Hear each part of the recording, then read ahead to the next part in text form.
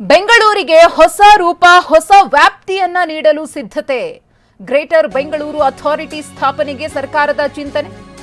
Silicon city IT city ಬೆಂಗಳೂರಿಗೆ ಹೊಸ ವ್ಯಾಪ್ತಿಯನ್ನ ನೀಡಲು ಹೊಸ ರೂಪವನ್ನ ಕೊಡೋದಕ್ಕೆ ಸಿದ್ಧತೆಗಳು ಸರ್ಕಾರದಿಂದ ಆಗ್ತಾ ಇದೆ. ಗ್ರೇಟರ್ ಬೆಂಗಳೂರು ಅಥಾರಿಟಿ ಸ್ಥಾಪನೆಗೆ ಸರ್ಕಾರದ ಚಿಂತನೆ.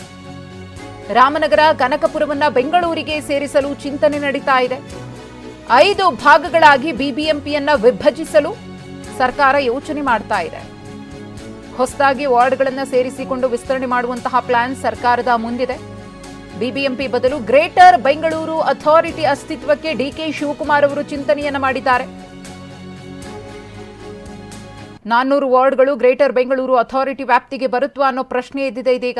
ಬಿಡಬ್ಲ್ಯೂಎಸ್ಎಸ್ಪಿ ಬಿಡಿಎ ಕೂಡ ಗ್ರೇಟರ್ ಬೆಂಗಳೂರು ಅಥಾರಿಟಿ ವ್ಯಾಪ್ತಿಗೆ ಬರುತ್ತಾ? ಕನಕಪುರ ರಾಮನಗರ ಗಡಿ ಭಾಗಗಳು ಕೂಡ ಸೇರ್ಪಡೆಯಾಗುವ ಸಾಧ್ಯತೆ ಇದೆ. ಈ ಬಗ್ಗೆ ಚನ್ನಪಟ್ಟಣದಲ್ಲಿ ಡಿಸಿಎಂ ಡಿಕೆ ಶಿವಕುಮಾರ್ ಅವರೇ ಸುಳಿವನ್ನ ಕೊಟ್ಟಿದ್ದಾರೆ. ಸಂಪನ್ಮೂಲ ಕ್ರೋಢೀಕರಿಸಿ ಬಿಬಿಎಂಪಿ ವಿಭಜನೆಗೆ ಸರ್ಕಾರದ ಚಿಂತನೆ ನಡೀತಾ ಇದೆ.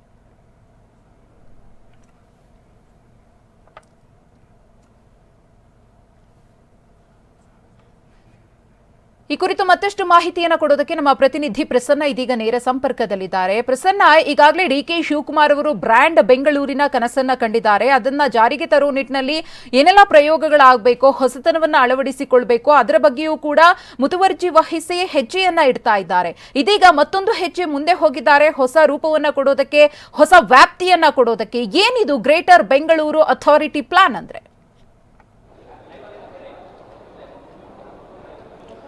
ಮಧುಶ್ರೀ, ಬೆಂಗಳೂರು ಕೋಟ್ಯಾಂತರ ಕನಸುಗಳ ಸೂರು ಅಂದ್ರೂ ಕೂಡ ತಪ್ಪಾಗ್ಲಿಕ್ಕಿಂತ ಇಂಥ ಬೆಂಗಳೂರು ಇದೀಗ ದಿನದಿಂದ ದಿನಕ್ಕೆ ತನ್ನ ವ್ಯಾಪ್ತಿಯನ್ನ ವಿಸ್ತರಣೆ ಮಾಡ್ಕೊಳ್ತಲೇ ಹೋಗ್ತಾ ಇದೆ. ಬೆಂಗಳೂರು ಕೆಂಪೇಗೌಡರ ಕಾಲದಲ್ಲಿ ಇದ್ದಂಥದ್ದು 4 ಗಡಿಗೋಪುರಗಳ ವ್ಯಾಪ್ತಿಯಲ್ಲಿ ಮಾತ್ರ. ಇದೀಗ ಬೆಂಗಳೂರು ಆ ಒಂದು ವ್ಯಾಪ್ತಿಯನ್ನ ಮೀರಿ ದೊಡ್ಡದಾಗಿ ಬೆಳೀತಾ ಇದನ್ನು ತನ್ನ ವಿಸ್ತಾರವನ್ನು ಹೆಚ್ಚಿಸ್ಕೊಳ್ತಲೇ ಇದೆ. ಸದ್ಯಕ್ಕೆ ಇರುವಂತಹ ಬೆಂಗಳೂರು ವ್ಯಾಪ್ತಿಯನ್ನ, ಬೃಹತ್ ಬೆಂಗಳೂರು ಮಹಾನಗರ ಪಾಲಿಕೆ ಆಡಳಿತ ವ್ಯಾಪ್ತಿಯನ್ನ ಇನ್ನಷ್ಟು ವಿಸ್ತಾರ ಮಾಡಬೇಕು ಅನ್ನುವಂತಹ ಚಿಂತನೆಯನ್ನ ಇದೀಗ ಸರ್ಕಾರ ಮಟ್ಟದಲ್ಲಿ ಮಾಡಲಾಗ್ತಾ ಇದೆ. ಬೆಂಗಳೂರು ಯಾವ ರೀತಿ ಬೆಳೀತಾ ಇದೆಯೋ ಅದಕ್ಕೆ ತಕ್ಕನ ಹಾಗೆ ಸೌಕರ್ಯಗಳನ್ನ ಕೊಡಬೇಕು ಅಂದ್ರೆ ಅದಕ್ಕೊಂದು ಅಥಾರಿಟಿಯನ್ನ ಪ್ರತ್ಯೇಕ ಮಾಡಬೇಕು. ಅದು ಗ್ರೇಟ್ ಬೆಂಗಳೂರು ಅಥಾರಿಟಿ ಅನ್ನುವಂಥದ್ದನ್ನ ಮಾಡಬೇಕು ಅನ್ನೋ ಬಗ್ಗೆ ಇದೀಗ ಸರ್ಕಾರ ಚಿಂತನೆಯನ್ನು ನಡೆಸಿದೆ. ಸ್ವತಃ ಕೆಪಿಸಿ ಅಧ್ಯಕ್ಷ ಡಿಕೆ ಶಿವಕುಮಾರ್ ಮತ್ತು ಬೆಂಗಳೂರು ಅಭಿವೃದ್ಧಿ ಸಚಿವರು ಆಗಿರುವಂತಹ ಡಿಕೆ ಶಿವಕುಮಾರ್ ಅವರು ಈ ಬಗ್ಗೆ ಸುಳಿವನ್ನ ಕೊಟ್ಟಿದ್ದಾರೆ. ಚನ್ನಪಟ್ಟಣ, ರಾಮನಗರ ಮತ್ತು ಕನಕಪುರದ ಗಡಿಭಾಗಗಳನ್ನು ಕೂಡ ಸೇರಿಸಿಕೊಂಡು ಗ್ರೇಟ್ ಬೆಂಗಳೂರು ಅಥಾರಿಟಿಯನ್ನ ಮಾಡಬೇಕು ಅನ್ನೋ ಬಗ್ಗೆ ಇದೀಗ ಸರ್ಕಾರ ಒಂದಷ್ಟು ಸಲಹೆಯನ್ನು ಆಲಿಸ್ತಾ ಇದೆ. ಈ ಸಲಹೆ ಆಧರಿಸಿ ನೋಡೋದಾದ್ರೆ 3 ಟೈರ್ಸ್ ಸ್ಟ್ರಕ್ಚರ್ನ ಮಾಡಬೇಕು ಅನ್ನುವಂಥ ಒಂದು ನಿಟ್ಟಿನಲ್ಲಿ ಕಲ್ಪನೆಯನ್ನ ರೂಪಿಸಲಾಗ್ತಾ ಇದೆ. ದೆಹಲಿಯಂತಹ ಮಾದರಿಯಲ್ಲಿ 3 ಟೈರ್ ಸ್ಟ್ರಕ್ಚರ್ನ ಮಾಡಿದ್ರೆ ಪ್ರಮುಖವಾಗಿ ಮುಖ್ಯಮಂತ್ರಿಗಳು ಈ ಗ್ರೇಟರ್ ಬೆಂಗಳೂರು ಅಥಾರಿಟಿಯ ಮುಖ್ಯಸ್ಥರಾಗಿರ್ತಾರೆ. ಅದರ ವ್ಯಾಪ್ತಿಯಲ್ಲಿ ಉಳಿದಂತಹ ಕಾರ್ಪೊರೇಷನ್ಗಳು ಬರ್ತವೆ. ಬೃಹತ್ ಬೆಂಗಳೂರು ಮಹಾನಗರ ಪಾಲಿಕೆಯ ಅಸ್ತಿತ್ವ ಇರೋದಿಲ್ಲ. ಅದರ ಬದಲಾಗಿ 5 ರಿಂದ 6 ಕಾರ್ಪೊರೇಷನ್ಗಳನ್ನ ಮಾಡಲಾಗುತ್ತೆ, 5 ರಿಂದ 6 ಮೇಯರ್ಗಳನ್ನ ನಿಯೋಜನೆ ಮಾಡಲಾಗುತ್ತೆ. ಅದರ ಹೊರತುಪಡಿಸಿದಂತಹ 400ಕ್ಕೂ ಹೆಚ್ಚು ವಾರ್ಡ್ಗಳನ್ನ ಇದರ ವ್ಯಾಪ್ತಿಯಲ್ಲಿ ಸೇರಿಸಿಕೊಂಡು ಅಭಿವೃದ್ಧಿ ಕೆಲಸಗಳನ್ನ ಮಾಡಬಹುದು ಮತ್ತು ಕಂದಾಯ ಸಂಗ್ರಹಣೆ ಇರಬಹುದು, ರೆವೆನ್ಯೂ ಜನರೇಷನ್ ಅನ್ನು ಕೂಡ ಅತ್ಯುತ್ತಮ ರೀತಿಯಲ್ಲಿ ಮಾಡಬಹುದು ಅನ್ನುವಂಥ ನಿಟ್ಟಿನಲ್ಲಿ ಇದೀಗ ಸರ್ಕಾರ ಸಲಹೆ ರೂಪದಲ್ಲಿ ಒಂದಷ್ಟು ಚಿಂತನೆಯನ್ನು ನಡೆಸ್ತಾ ಇದೆ. 4 ತಜ್ಞರನ್ನ ಒಳಗೊಂಡಂತಹ ಒಂದು ಪ್ಯಾನೆಲ್ ಕೂಡ ಈ ಬಗ್ಗೆ ಒಂದಷ್ಟು ಸಲಹೆಯನ್ನ ಸರ್ಕಾರಕ್ಕೆ ನೀಡಿದೆ.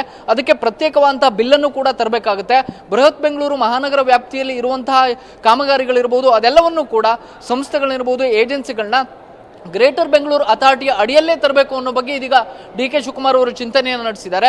ಬಿಡಬ್ಲ್ಯೂಎಸ್ಎಸ್ಬಿ ಇರ್ಬೋದು, ಬೆಸ್ಕಾಂ ಇರ್ಬೋದು, ಅದೇ ರೀತಿಯಲ್ಲಿ ಒಳಚರಂಡಿಯ ಮಂಡಳಿ ಇರ್ಬೋದು ಮತ್ತು ಬಿಡಿಎ ಕೂಡ ಸೇರಿದಂತೆ ಪ್ರತಿಯೊಂದು ಸಂಸ್ಥೆಗಳು ಏನು ಬೆಂಗಳೂರಿನ ಸದ್ಯದ ಆಡಳಿತವನ್ನು ನೋಡ್ಕೊಳ್ತಾ ಇದ್ದಾವೆ ಅದೆಲ್ಲವನ್ನು ಕೂಡ ಗ್ರೇಟರ್ ಬೆಂಗಳೂರು ಅಥಾರಿಟಿಯ ಅಡಿಯಲ್ಲಿ ತರಬೇಕು ಅನ್ನೋ ಬಗ್ಗೆ ಇದೀಗ ಚಿಂತನೆ ನಡೀತಾ ಇದೆ.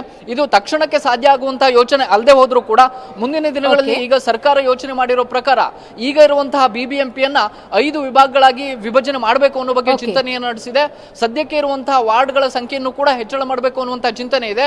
ಇದನ್ನ ಇದೀಗ ಗ್ರೇಟರ್ ಬೆಂಗಳೂರು ಅಥಾರಿಟಿಯ ವ್ಯಾಪ್ತಿಗೆ ತರಬೇಕು ಅನ್ನೋ ಬಗ್ಗೆ ಸರ್ಕಾರ ದೊಡ್ಡ ಮಟ್ಟಿಗೆ ಯೋಚನೆಯನ್ನ ಮಾಡ್ತಾ ಇದೆ. ಮಧುಶ್ರೀ, ಧನ್ಯವಾದ ಪ್ರಸನ್ನ ತಮ್ಮ ಮಾಹಿತಿಗಾಗಿ.